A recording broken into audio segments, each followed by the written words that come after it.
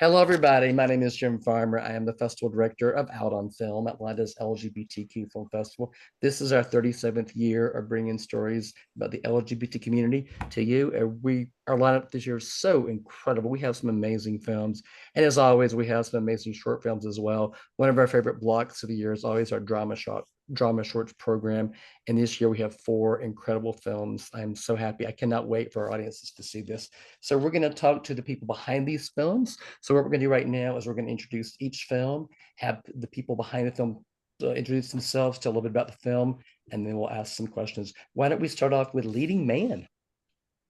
That's us. All right. Yeah. I'm Amanda Michaels. I'm the producer and director of Leading Man. Yeah. And I'm Whitney Hauser. I'm the writer, co-director of Leading Man. Yeah. Tell us briefly about your film. I guess I'll just start. So I wrote, I just wanted to sort of write something, and I thought this idea would be interesting because I'm, now looking back on my younger self, and not realizing what I had been dealing with, because I definitely had dysphoria as a young kid. And I knew what I was going through, but I didn't really know because we didn't have the language around it. Back from doing the thing that I wanted to do the most, which was be a performer and actor. I had a camera everywhere. I wanted to do little films. And the second I hit puberty and was growing at the time, I just was paralyzed in many areas of my life, but that one in particular is heartbreaking. So I just thought writing something that was a little bit of a reimagining of what it could have been like had I had the support or knew how to put myself out there. And so yeah, that's sort of where the story stemmed from. Yeah. It's about a teenage girl who she's being held back from within, but she's not exactly sure why yet. So she's sort of at that nascent stage of discovery where she hasn't really named that it's gender dysphoria, but because of the support of her theater teacher and her father, she's able to figure out what that is and then make a choice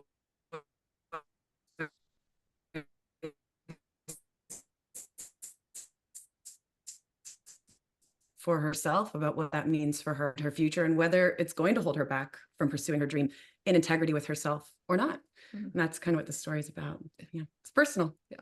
Great. Buscando Alma.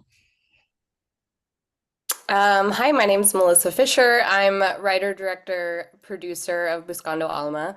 Buscando Alma is a concept that came to me via a podcast that I had listened to years and years ago. I just happened to be driving home from work and was listening to this podcast called The Birth Dream by Andy Mara, and it's a stunning, beautiful podcast if you get a chance to listen to it. But what I found interesting about it was that my life could not be more different from Andy's, and there was something so emotionally devastating about listening to her story, and it just resonated with me, brought up some of my own issues that I have around shame and expectation and issues with my own family, and kind of found a personal way into this story that I thought it would be a phenomenal short film. And there's a writer that I was working with at the time. Her name's Mara Flores. She'll be there in Atlanta with us as well. Nice. And I reached out to her, and she had offered up some of her own struggles in this writing workshop that we had done together about immigration issues. And her mother came over from Honduras in the 90s. And she had shared with the class some of her own struggles with immigration issues. And I asked if she would co-write this project with me and kind of find an intersection between some of the themes that I found powerful and things that she was tapping into, and make sort of a queer immigration. There's like some twists in our movie, so I don't want to reveal too much about the plot. But that's basically like how the film came to be. And it took us honestly years to get off the ground, to get all of our funding and our resources and our crew and our cast, but we're so proud of the movie, and we can't wait for everyone to see it. Great. Thanks so much. Sister Wives. Hi guys, I'm Louisa Connolly Burnham. I'm the writer, director, producer of Sister Wives. I'm in it as well because clearly I don't know when to stop. Sister Wives is about a polygamous community in America where the men can have as many wives as they want. The more wives you have, the closer you are considered to God. And it's about a married couple called Cadence and Jeremiah, who have been together for a very long time. And he decides to take a second wife as his first wife isn't getting pregnant. When that wife comes into the space and the home, it's devastating for the first wife. She's heartbroken. She feels very betrayed. And as soon as the new wife arrives, the husband leaves on a missionary trip, leaving the two wives alone together, which is awkward and uncomfortable at first. But then in his absence, their feelings begin to shift and change and grow for each other. And they kind of fall in love with each other, I guess. And it's about the repercussions of that love and the restrictions of the society that they're living in, and lots of complications ensue. Okay, great. Well, I'll see you again. Hello, my name is Michael Perez-Lindsay. I'm the co-writer and director of the film. And hi, my name is Rhett Lindsay, and I am the writer and executive producer of Will I See You Again? And well, our film is really birthed in a lot of experience that my husband and his background grew up in the church in the South, and it centers around a pastor in Lexington, Kentucky, who's going through a transition in his life as he's dealing with personal matters in his marriage. And in walks an old friend and college teammate 20 years prior at the memorial of their mutual friend. And it brings up a lot of old familiar feelings, and just a rush of history is brought to his forefront. So he's forced to confront this in a situation where the past friend has organized an estate hearing for them both. And in that estate hearing, in order to collect their inheritance, they have to address this relationship while connected to polygraph machines. So a unique circumstance that puts our characters in a space where they must address the unaddressed or the unfulfilled longing of closure that has been haunting them for 20 years. So it's a really unique perspective to see what transparency and vulnerability looks like when you have something that will not let you shy from the truth. Okay, great. Why don't we keep the same order moving forward with the questions? Sure. Next question is, where are you right now in your festival run? And again, we'll keep the same order, starting with leading man. We're really excited that the film premiered at Tribeca, and we were part of a new program called Moving the Spotlight. And it was just such a beautiful opportunity to be with other truly independent filmmakers. So that program focused on filmmakers that didn't have any formal studio backing. We were really excited to be a part of it. And then the award that we won was Most Moving Narrative, which meant the world to us, because if we set out to do anything, it was to tell a story that was moving. And so that just felt really good. And then we're excited to bring this to an LGBTQ film festival. It just means something to us to tell this story in a community of our peers, and to tell a story that might resonate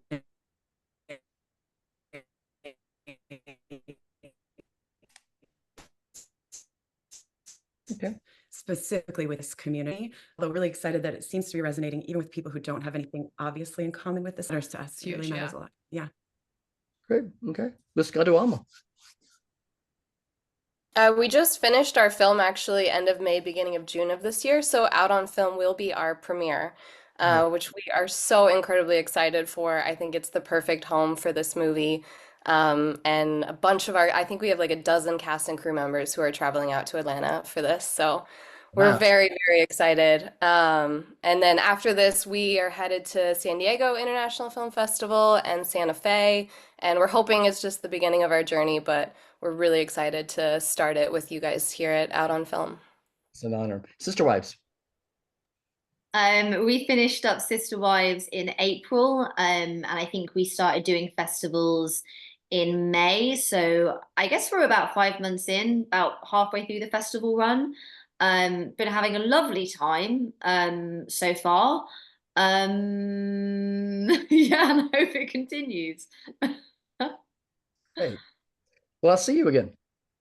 So we had our world premiere at Holly Shorts Film Festival here in Los Angeles back in August, and we are so grateful to have our actual premiere at Out on Film for LGBTQ film festival. So the fact that we get to showcase this to people like us that represent our culture, our community, is really, really exciting. But we've also premiered at other several film festivals. We have one coming up in Lexington where the story takes place at 12 Lions Film Festival, and also for Louisville's Festival of Film that's coming up in, I believe, October. So we're looking forward to staying on the festival run and seeing what comes next. That's great. All right, next question.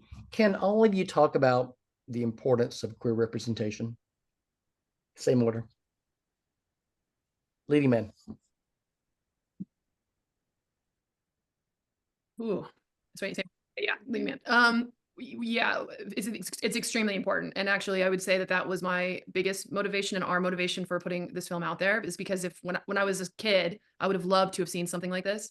So I just would have, it's important to be seen and feel like you're not alone. So I think it's huge and really important to to our community. Yeah. Buscando Alma.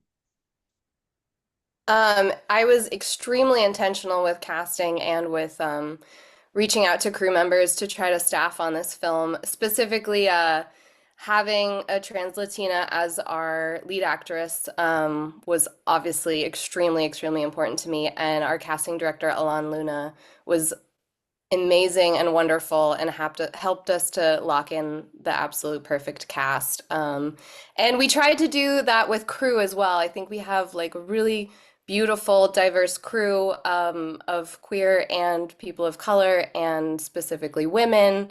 I will say it was challenging in the sense that we made the movie self-financed and none of our crew were paid. So we were also kind of consistently trying to find the best fit for the crew, but also people who are available. But I am really proud of the beautiful, diverse crew that we do have, and we're excited to come out to Atlanta. Hey, Sister Wives. Yeah, it's incredibly important. We had a wonderfully queer crew actually and cast, which was joyous. It's funny, I'm bisexual and I often don't feel queer enough.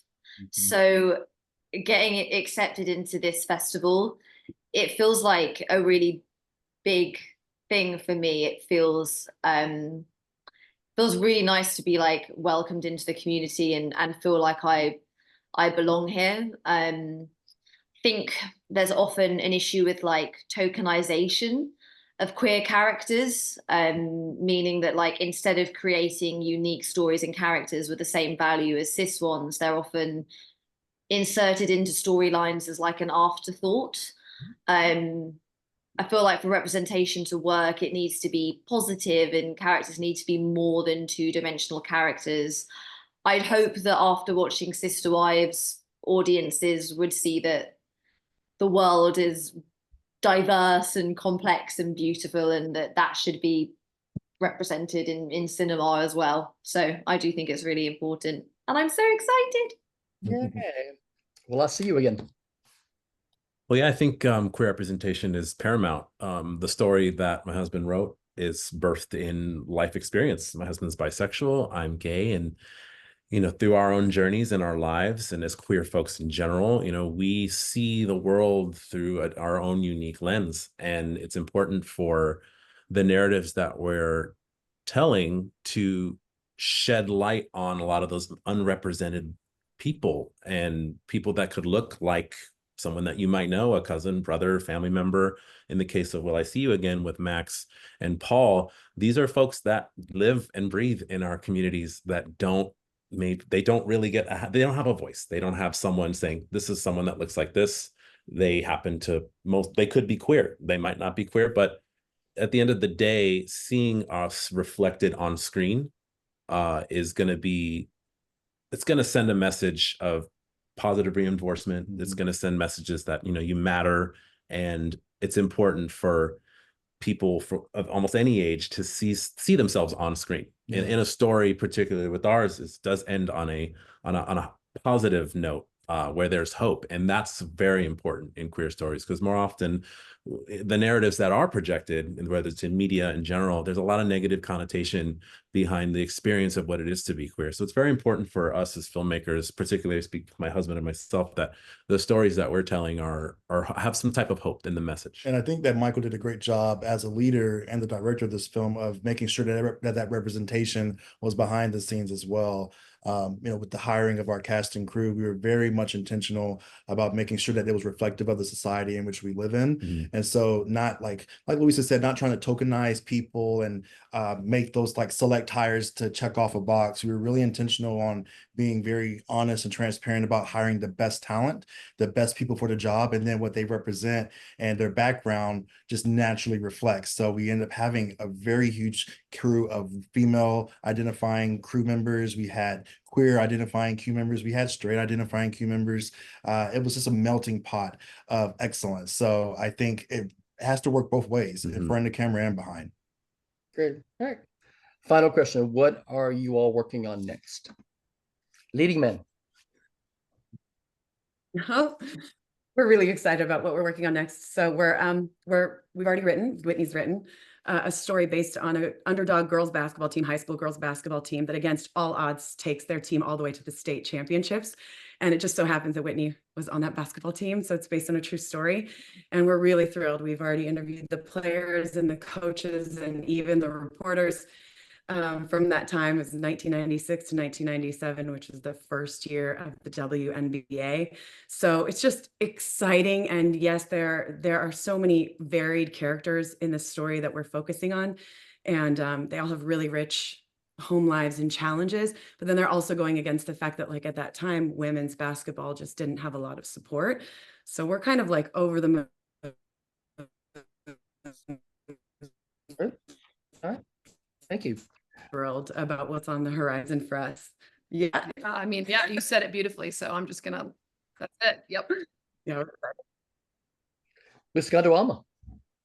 I'm currently writing a feature that I want to make a proof of concept short for next year, and hopefully get off the ground. But it's basically tackles it's a family where the husband has been incarcerated for 10 years, and he just happens to be in a state. There's only 4 states in America that allow for these family visitation programs. So he has a wife and a young daughter, and they come and spend 48 hours with him every other month. And these are programs that I think should be more readily available and are quickly diminishing. So it's basically about a family who spends this 10-year period trying to maintain their familial relationships. They end up getting pregnant, have a second child while he's incarcerated, and it's basically just about their struggles of trying to maintain this family. So that's the thing I'm focusing on right now. I'm obviously drawn to really character-driven stories, but also things that carry a social justice message with them. And hopefully this is something we can get off the ground within the next year or so.